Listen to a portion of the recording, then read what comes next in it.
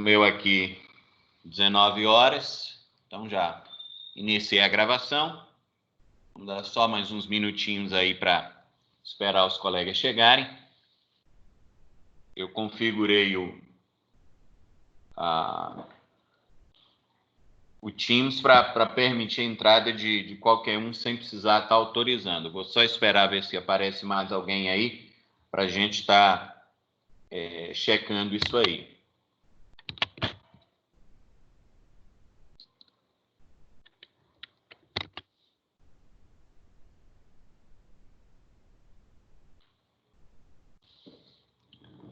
Deixa eu só pegar uma aguinha aqui que eu esqueci.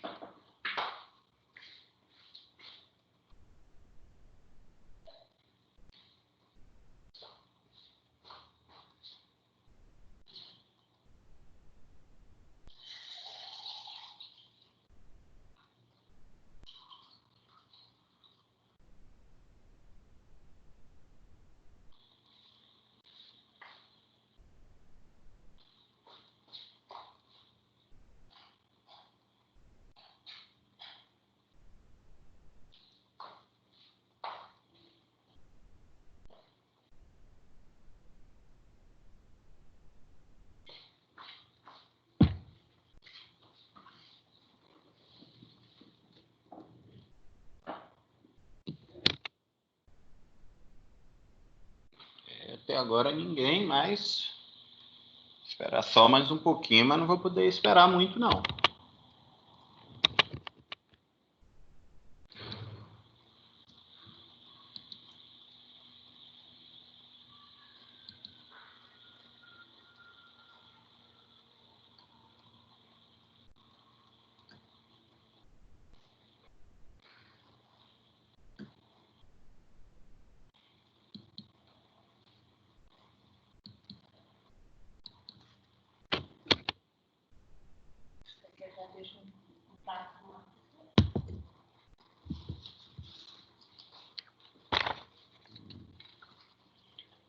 Tá. Boa noite, Pedro. Estou vendo aí que você já entrou direto. Ótimo. Certo. Boa notícia. Significa aí que os próximos que chegarem não vão precisar ficar esperando minha autorização. Isso é muito bom.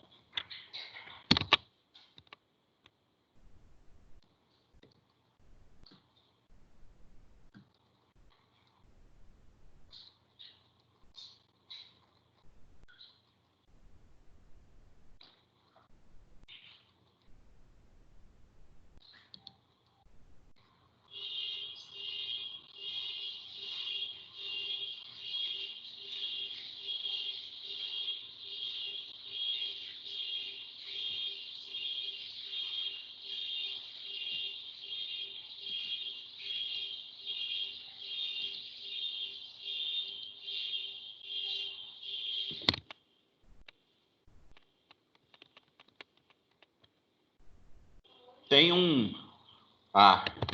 eu já ia perguntar, vocês estavam ouvindo a buzina do carro que estava tocando aqui, o alarme? Estava com medo... gente, ainda bem que parou. Mas chegou a atrapalhar? Estava muito alto, Igor? É porque eu estou trabalhando sem microfone. Aí o computador acaba captando som ambiente.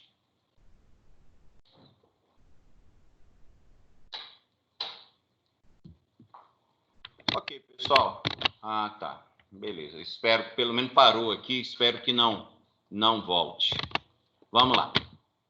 Então, a aula de hoje a gente já está na sessão 3.3. Então, já estamos aí começando a caminhar para as últimas voltas do nosso grande prêmio.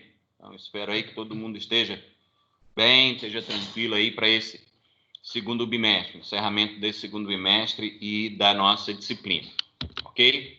Bom, e aí nós vamos falar de duas palavras que são fundamentais para a gente entender dois conceitos muito importantes: desverticalização e outsourcing. Vamos começar pela desverticalização. E, para isso, a gente vai precisar entender e relembrar um pouquinho a história, ok? E aí, para a gente falar de desverticalização, a gente vai começar falando de verticalização, ok? E aí você tem uma foto do glorioso Henry Ford ao lado de um dos seus carros. E uma das características mais marcantes do processo produtivo do Henry Ford foi exatamente a verticalização. Ou seja, ele trouxe para dentro do seu processo produtivo, para dentro da sua fábrica, todas as etapas de fabricação e de produção, ok? Então, o Ford não tinha fornecedores externos. Por que que ele fez isso e por que que isso deu certo naquele momento? Vocês pararam para pensar nisso? Esse conceito já foi discutido em alguma disciplina anterior que vocês fizeram? Me dá um retorno disso aí, moçada, por favor.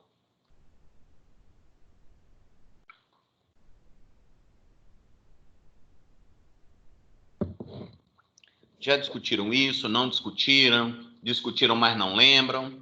Que retorno que vocês me dão para eu saber aqui o quanto que eu vou ter que falar disso aí para não deixar vocês voando, mas também não ficar repetindo coisas que vocês já viram.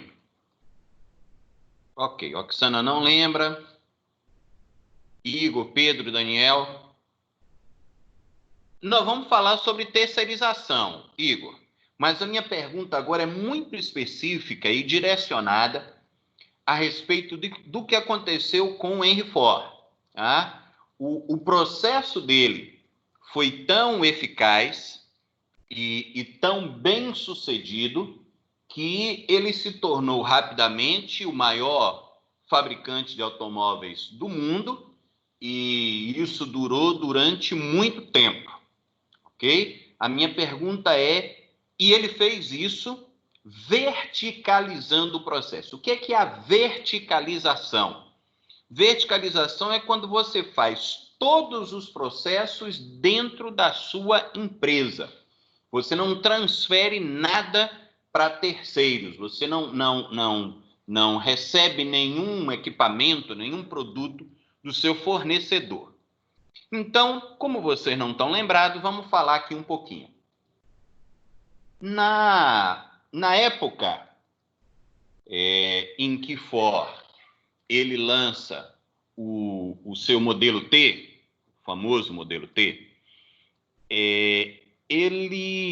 os automóveis que eram produzidos naquele período nos Estados Unidos o valor deles, eles eram produzidos artesanalmente, quase não tinham fábricas assim com a produção muito grande, era uma produção praticamente artesanal, e eram automóveis cujo preço girava aí entre 2 ou 3 mil dólares, se não me falha a memória agora, mas eram alguns milhares de dólares, com certeza. E isso, na época, esses milhares de dólares impediam que a grande maioria dos trabalhadores tivesse um automóvel. E aí, Henry Ford, o processo dele é revolucionário porque ele estabelece primeiro o preço. Então, o foco dele foi produzir um automóvel que custasse 500 dólares. E ele entendia na época que esse valor, ele estabeleceu esse valor porque ele imaginava e previa que a esse preço o consumidor normal teria condição de adquirir aquele produto, aquele carro, ok? Então, o que ele faz? Ele traz todos os processos para dentro da sua fábrica. Então, motor, roda, farol, pintura, ok? Eu imagino que talvez vidro, ele comprasse os vidros, mas montava isso dentro da sua fábrica. Mas o fato é que ele não tinha fornecedores de peças para os seus automóveis. Tudo ele produzia lá, ok? Está entendido esse cenário? Ficou claro o que eu quis dizer? Como era o processo produtivo? Dá um retorno aí para mim. Ok, então vou tomar o sim do Pedro aí como para todo mundo. Se tiver alguma dúvida, alguém aponta. Aí eu quero que a gente pense juntos agora o seguinte. O que levou o Ford a, naquele momento, naquela época, optar por verticalizar todo o processo com o objetivo de conseguir entregar o carro para os clientes ao preço de $500. O que é que vocês acham? O que é que levou o Ford a fazer isso? Alguém tem ideia?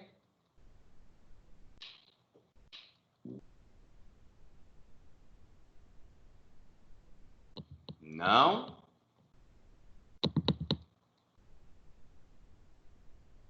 Considerando aquela época, economia de escala é uma coisa, joia, Igor. Isso realmente, eu te confesso que eu nem sei se o conceito de economia de escala já estava bem desenvolvido, mas certamente na cabeça dele ele fazia isso. E para que essa economia de escala ocorresse, que a economia de escala é a redução de custo com o aumento da quantidade produzida. Dentro do processo, por que a verticalização ajudou a ter essa economia de escala? O que a verticalização, que tipo de problemas que a verticalização, de alguma forma, eliminou ou pelo menos reduziu? A gente tem que tentar lembrar, ou a gente tem que lembrar e tentar entender que a gente está falando de processos do início do século passado. Como que era o processo produtivo do século passado que o Ford tenta melhorar ao verticalizar o processo? O que é que vocês acham?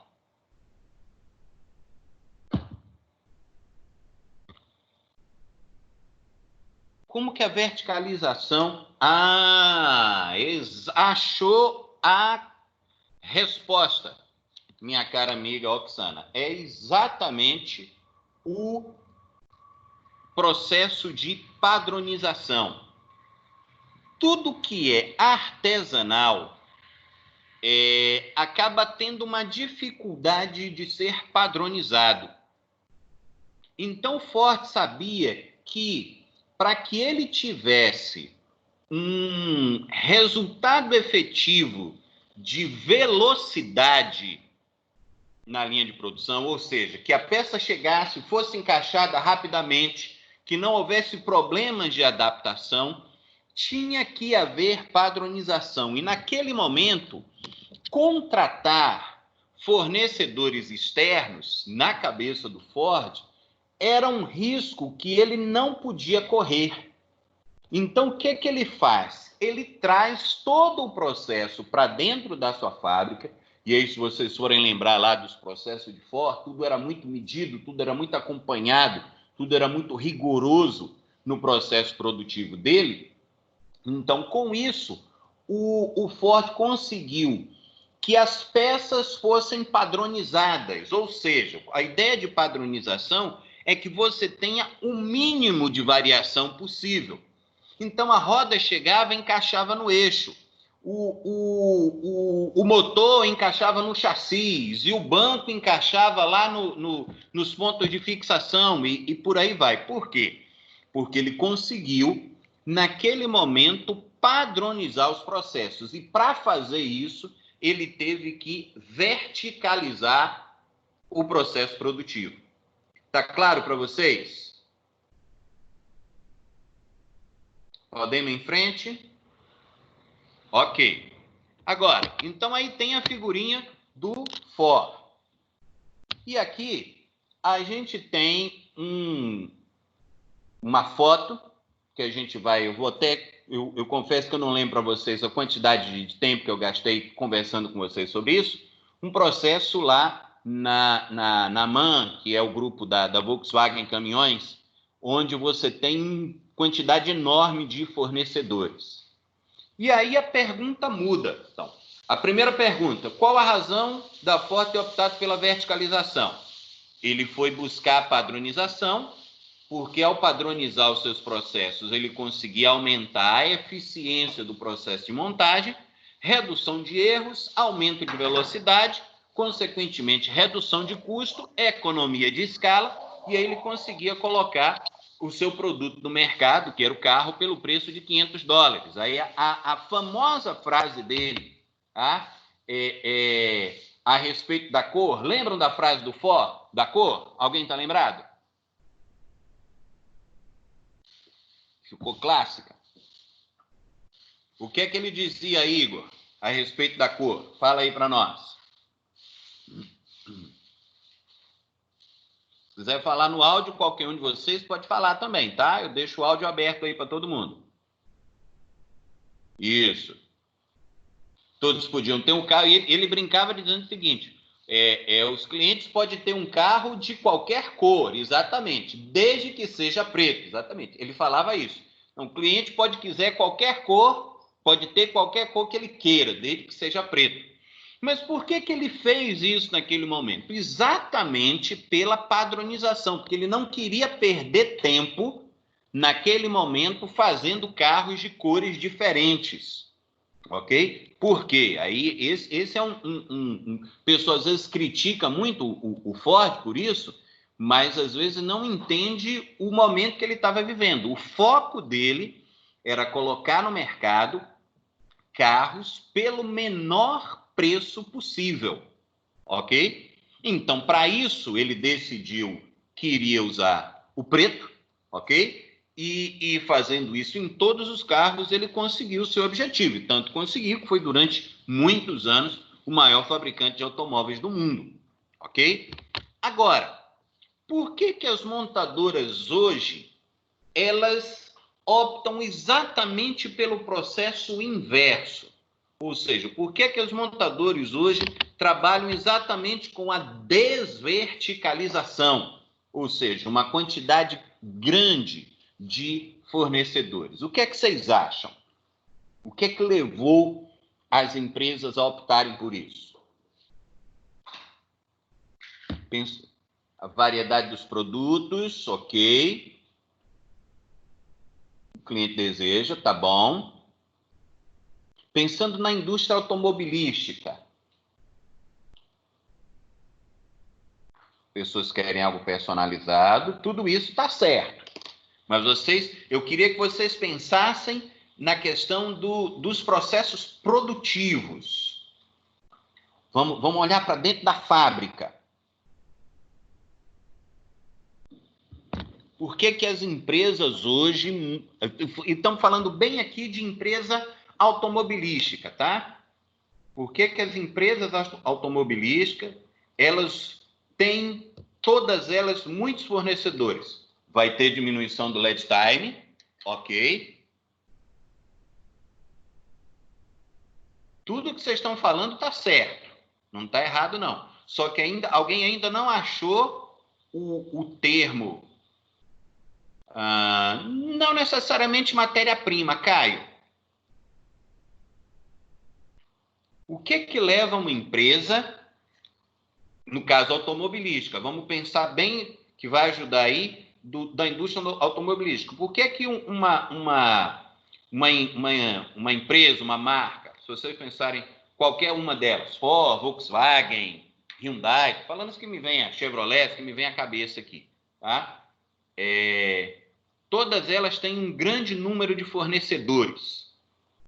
Por que essa é uma marca hoje da indústria automobilística e que não era no passado? A gente viu que Ford, ele trabalhava aí com o processo de verticalização. O que vocês acham? Quem já respondeu pode responder de novo. Ninguém respondeu nada errado, mas ainda não achou a questão principal. Que é que leva as empresas hoje, na indústria automobilística, a optarem ou a trabalhar estrategicamente com uma grande quantidade de fornecedores. Qual seria a palavra? Na época de Ford, foi a padronização. E hoje?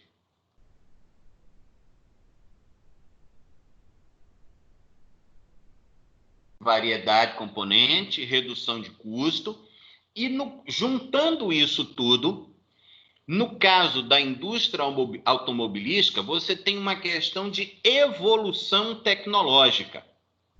Então, o que é que acontece?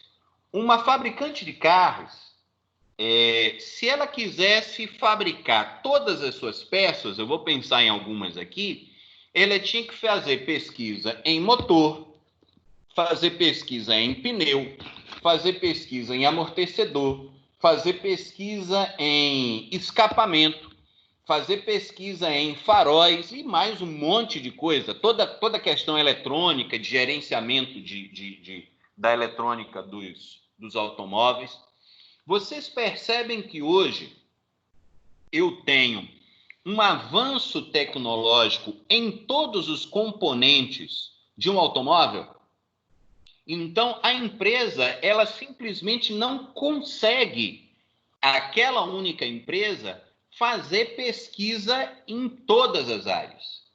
Então, ela tem lá, ela tem um conjunto de fornecedores na questão de amortecedores, por exemplo. Ela tem fornecedores de escapamento, tem fornecedores de farol, tem fornecedores na área de vidros e mais, aí, um monte de coisa, pintura, ok? Essa coisa toda. Então, é mais estratégico para ela que os fornecedores façam a pesquisa, corram atrás do desenvolvimento tecnológico e ela, então, escolha entre os diferentes fornecedores aqueles que vão oferecer a melhor solução para essa empresa. Ok? Então, o que é que acontece? Só para vocês entenderem. Tem empresas que vão vender um carro lá básico que não tem sistema de som, tem só uma fiação e os pontos lá onde você vai colocar o som. Tem empresas que vão vender um sistema de som com uma determinada condição, tal, tal e tal e tal. Tem uma fabricante de carro de luxo que ela vai procurar a melhor empresa de som, por exemplo, eu não lembro agora qual que é a empresa, mas eu sei que tem uma que usa Bose, que é uma marca de equipamento de som aí de altíssima qualidade. Então, ela coloca lá logo um som de altíssima qualidade, a depender do cliente que ela tem. Ok? Então, o que é que a gente tem que gravar? Que, na época da Ford, a verticalização ocorreu para redução de custo. Ok? Para que, e junto com a redução de custo, padronização. Ok? A padronização resultaria numa redução de custo. No momento atual, a tecnologia é tão grande que se a empresa quiser ser, quando eu digo empresa, uma montadora de automóveis, se ela quiser ser boa em todos os componentes do automóvel, dificilmente ela vai conseguir acompanhar outras empresas que já estão na área e você tem cada empresa tentando ser a melhor no seu segmento. Ficou claro?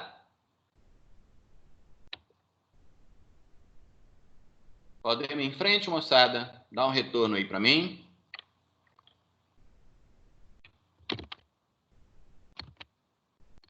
Alô, moçada? Ok, beleza. Tá jóia, pessoal.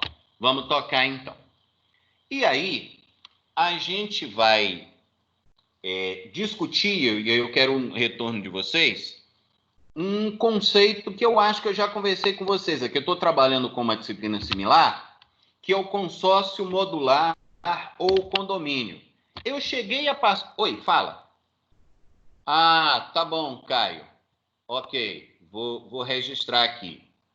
Beleza, tudo bem. Obrigado aí pelo aviso. Eu cheguei a passar para vocês o vídeo sobre o processo produtivo de montagem de caminhões lá na fábrica da Volkswagen em Resende. Um vídeo que é no interior da fábrica. Só me dá um retorno aí, se eu passei ou não esse vídeo. Porque se eu não tiver passado, eu passo para vocês agora.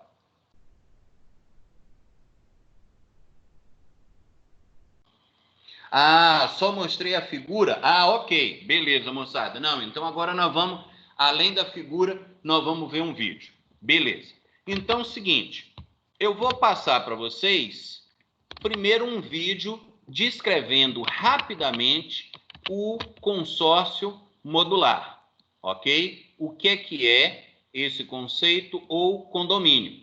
E aí, nós vamos aqui o mesmo processo. Eu vou passar o link para vocês aqui, e aí a gente vai assistir e depois discutir, ok?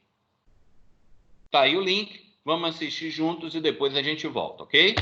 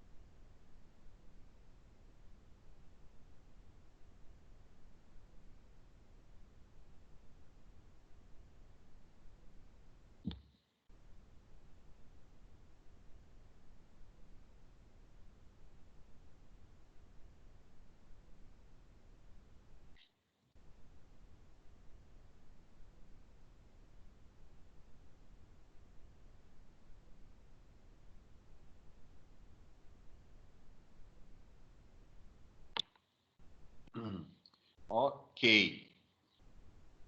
Ô, Caio, agora que eu fui ver sua mensagem do WhatsApp, que eu tinha colocado ele no silencioso, mas vi que você conseguiu entrar, né? Então tá tranquilo. Agora que eu vi seu pedido de link, então deu certo.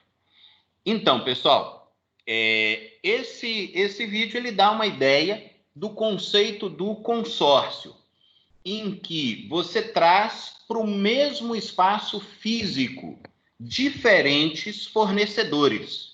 Então, com isso, você diminui o transporte dos componentes de cada fornecedor. É lógico que cada fornecedor vai ter também os seus fornecedores, mas aí cada um deles vai se programar e se ajustar para que não haja maiores problemas. Mas aí cada um deles vai ficar no mesmo espaço físico, como vocês vão ver no vídeo, em espaços contíguos, ou seja, um ao lado do outro, onde o processo vai caminhar, ok? Então, o processo que vocês já viram em outras aulas é esse aqui, ok? E agora nós vamos ver um vídeo onde vai ser filmada todas essas etapas. Então, isso que vocês estão vendo de cima, ok? Nesse esquema aqui, vocês vão enxergar isso no chão de fábrica, ok? É nesse vídeo aí que eu vou passar para vocês. Ele começa com uma propaganda que eu não consegui tirar, mas aí é só ter um pouquinho de paciência que logo depois a filmagem começa, ok? Então tá aí o vídeo, ok? Vamos assistir lá e aí a gente volta.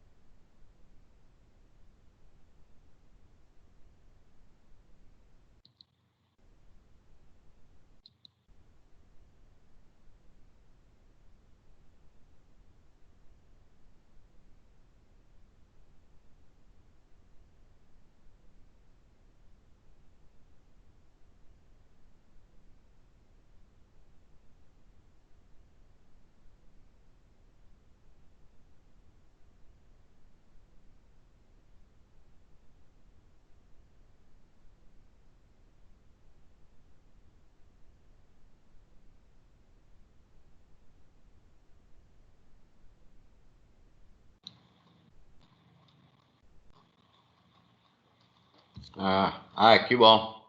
Deu um probleminha aqui, mas beleza. Tá, joia. Deixa eu ver aqui sua pergunta, Oxana.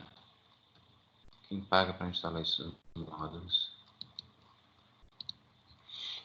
Oxana, você diz a construção física, é isso que você está perguntando?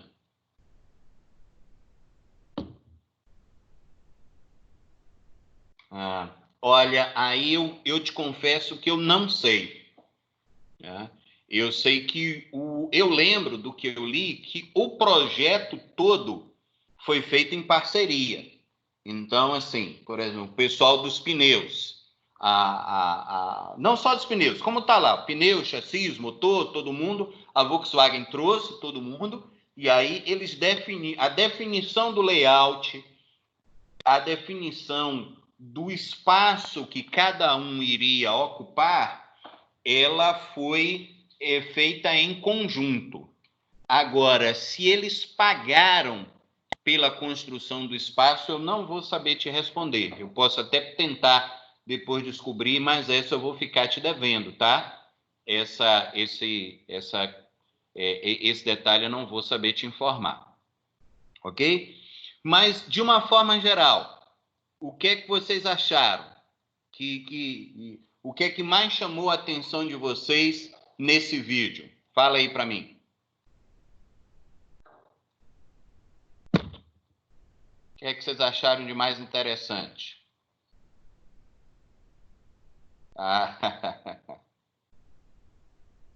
É enorme mesmo. E é interessante que não é uma linha de produção reta, né? Ela começa numa parte, depois encaixa na outra, faz meio que Vou voltar aqui a forma. Espera aí. Deixa eu voltar aqui um negócio que nesse problema aqui eu perdi. Peraí só um instantinho, moçada. Vou fazer um negócio aqui. Aqui.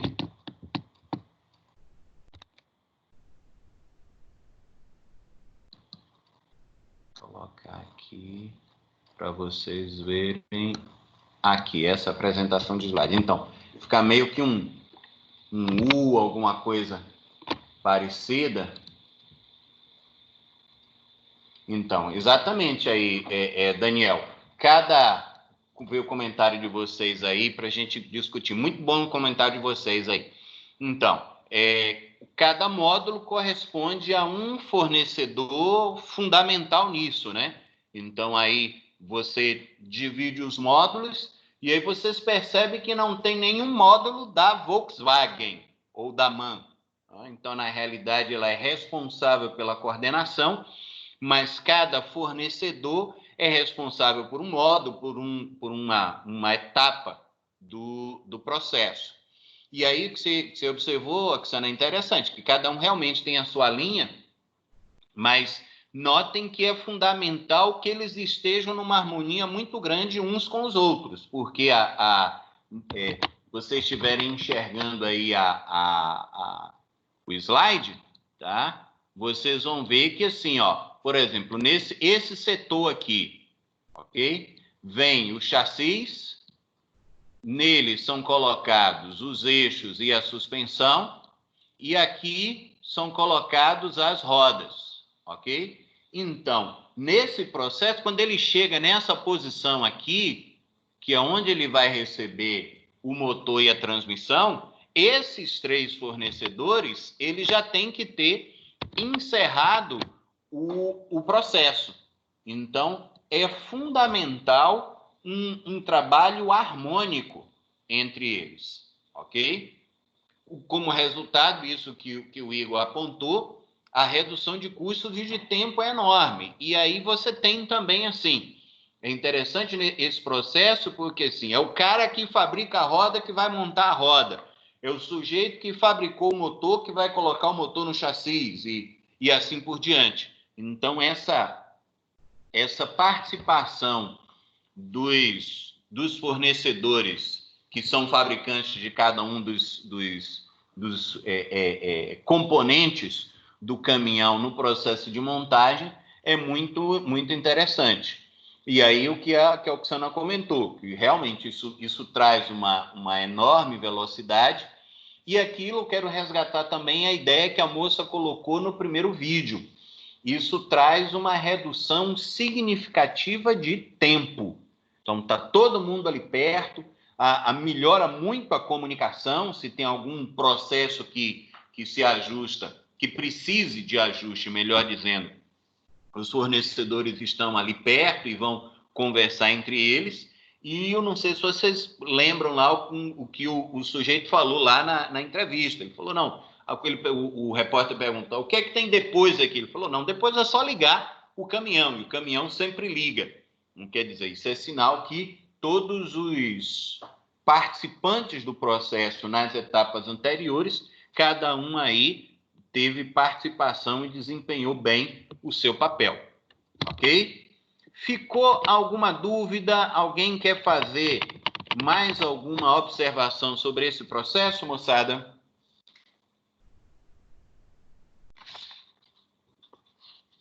Podemos ir em frente, então?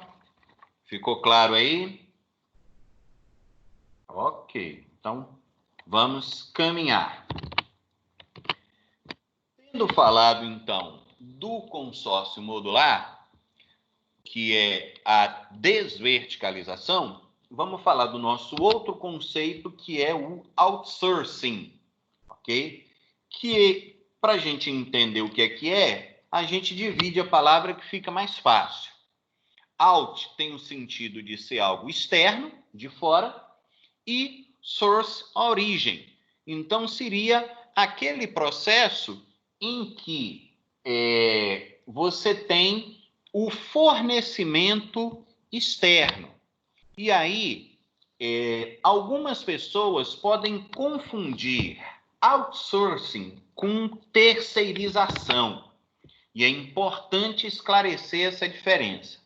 Normalmente, quando a gente fala de terceirização, é mais comum que esse termo se aplique a processos de apoio, digamos assim. Então, normalmente você faz terceirização numa área de vigilância, numa área de limpeza, numa área de alimentação e assim por diante.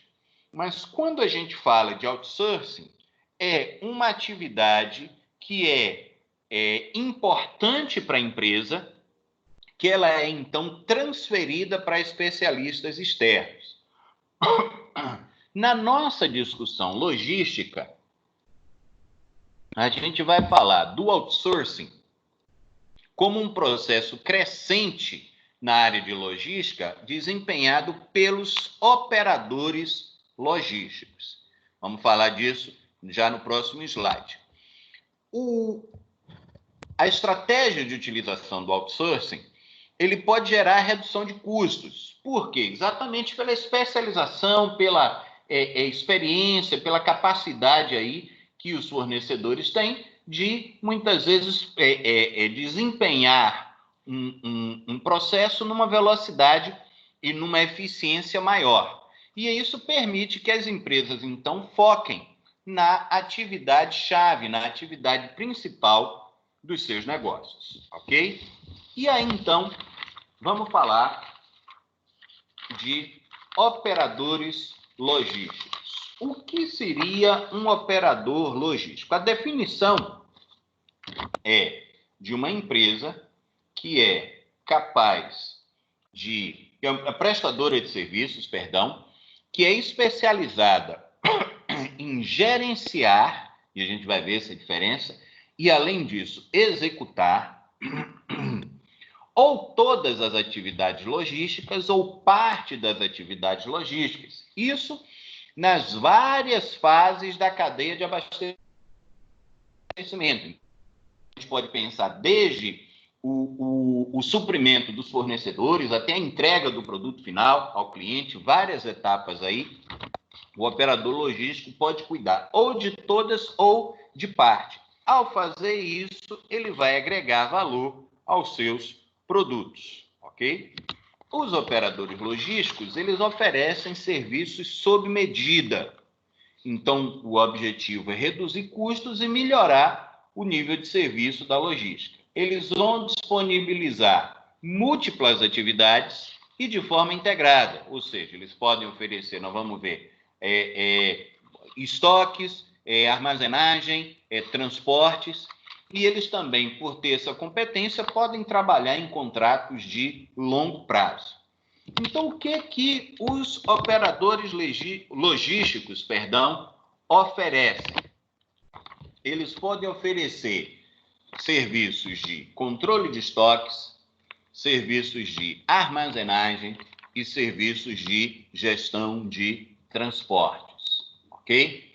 E é importante a gente entender que o uso desses operadores logísticos, eles permitem que haja uma maior flexibilidade operacional. O que é isso? Vocês vão ver, eu vou passar alguns vídeos para ajudar vocês a entenderem, mas vocês vão ver que são empresas muito grandes, muito grandes. Então, elas conseguem atender os seus clientes e conseguem também oferecer diferentes soluções e ter essa flexibilidade. Às vezes o cliente pede um serviço a mais, ele precisa de um diferencial e essas empresas, então, têm condição de reconfigurar esses serviços de forma rápida e eficiente, ok?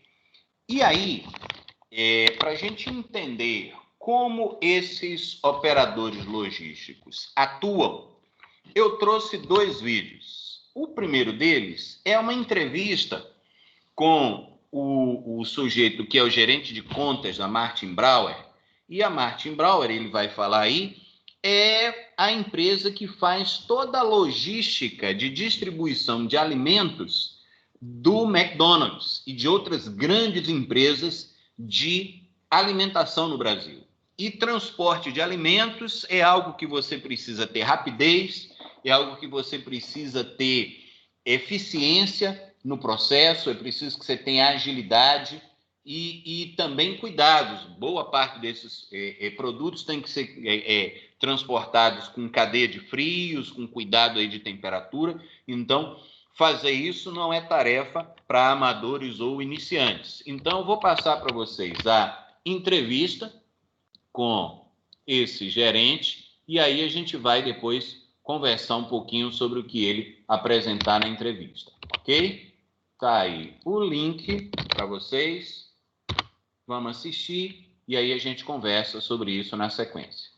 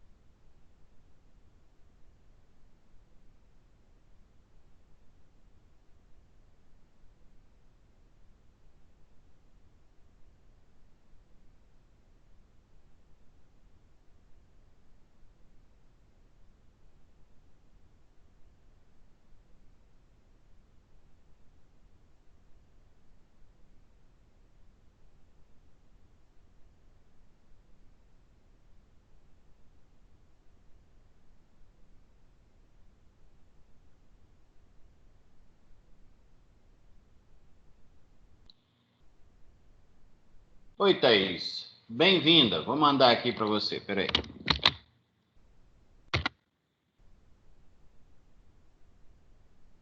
Só vi aí agora. Pessoal, o que acharam da entrevista? O que acharam do desafio dessa empresa? O que vocês me dizem?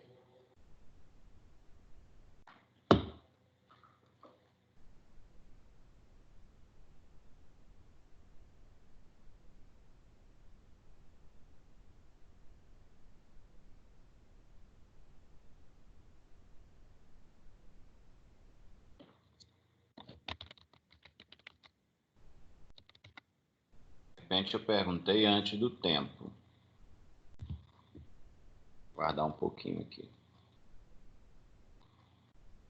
Ah, tá.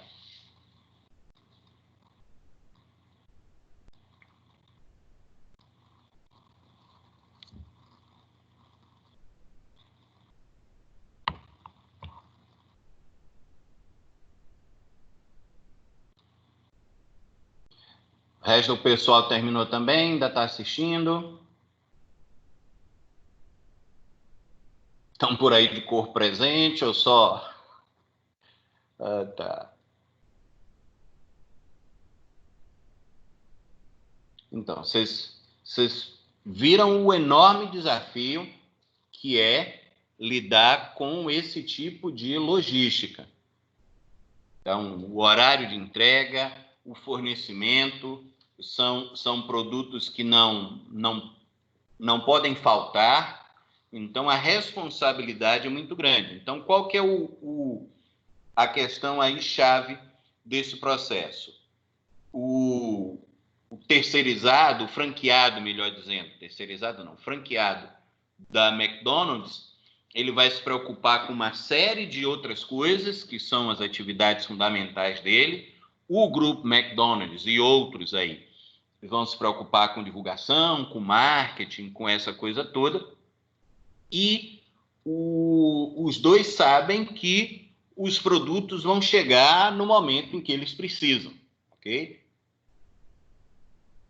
Essa operadora opera em outros países também, a matriz dela é norte-americana, então é um padrão de qualidade nessa cadeia de alimentos que é muito importante e muito desafiador.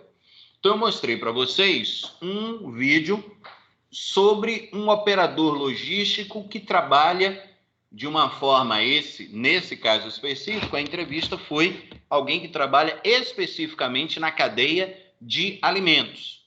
Agora eu vou mostrar um outro vídeo e assim, é difícil esses vídeos terem uma abordagem, como é que eu vou dizer, pedagógica, de ensino. Então, o que você acha são vídeos de divulgação. Então, os caras jogam muito confete para cima deles e falam muito bem de si próprios. Mas a gente filtra aí, o importante é que vocês entendam o processo, ok? Eu vou passar, então, mais um vídeo, né, sobre um dos maiores operadores logísticos do Brasil.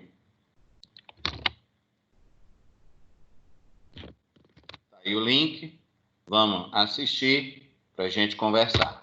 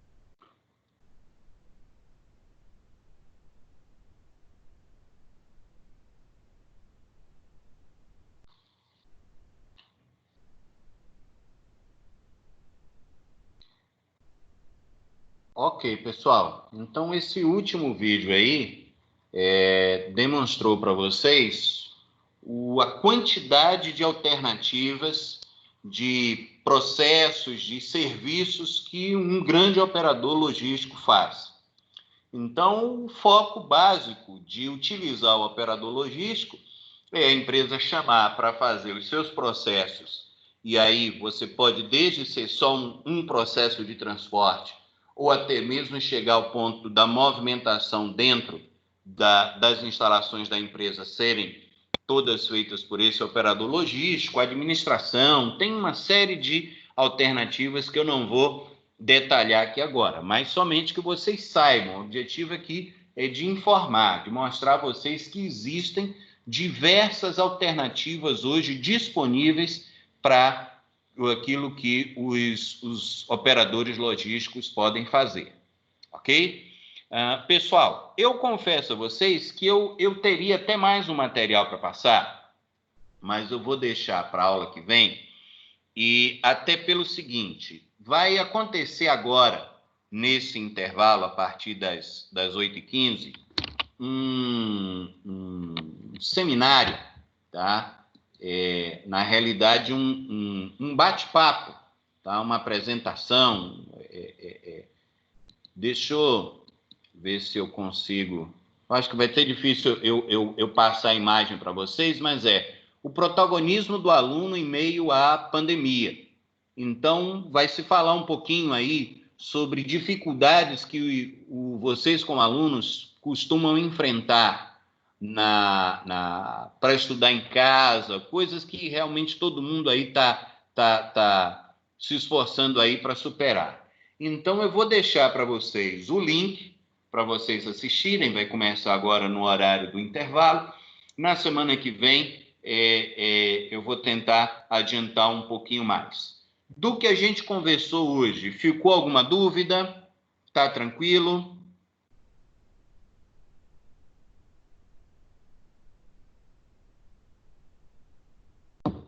Ok, o assunto é realmente bem leve, sem complicação. Então, moçada, eu realmente sugiro a vocês que assistam essa apresentação que vai ter agora. Eu vou já, na sequência, colocar o link aqui e torcendo aí para que a gente saiba superar aí as dificuldades e se adaptar aos desafios que se apresentam para a gente. O Adalberto, pelo Teams também, Oxana. Vou passar o link aqui na sequência. Nesse período, Adalberto, eu tenho disponibilizado o meu telefone. Eu vou colocar aqui para você. Tá? Você pode me mandar um WhatsApp. Nesse período que a gente não está conseguindo se encontrar em sala de aula, tá? Então, quem precisar ir entrar em contato comigo, pode mandar pelo WhatsApp. Tá joia? O link para o Teams é esse aí, ok? Então, aí, desejando a vocês agora uma boa noite, né? E bons estudos aí para todo mundo. Tá joia? Eu já vou encerrar a gravação. Um abraço aí para todo mundo. Eu vou... Ok, entre em contato comigo, Adalberto, que aí a gente... Não, hoje eu não passei atividade não, Victor. Hoje eu tô bonzinho. Tá bom? Ô, Flávio. Oi. É porque o último e-mail que você mandou para a turma aí, né? Parece que você mandou em março, eu te mandei uns 10 e-mails, cara. Até agora não recebi resposta de nenhum, entendeu? Olha, eu lembro que eu mandei resposta. Eu vou conferir. Me passa um e-mail. Pode ser que esteja chegando pelo... Ô, gente. Não, Reenviar pelo... no spam nem na lixeira também tá, não. Tá. Eu vou conferir aqui nos meus enviados e aí a gente vai... Mas pode me mandar mensagem pelo WhatsApp que a gente vai se falando. Tá bom? Não, beleza. É porque em questão de matéria, né? Porque parece que eu tinha enviado uma matéria pra galera, mas eu não recebi isso não, cara. Tá. A gente vai concluindo isso aí. Tá joia? Beleza. Falou, um abraço.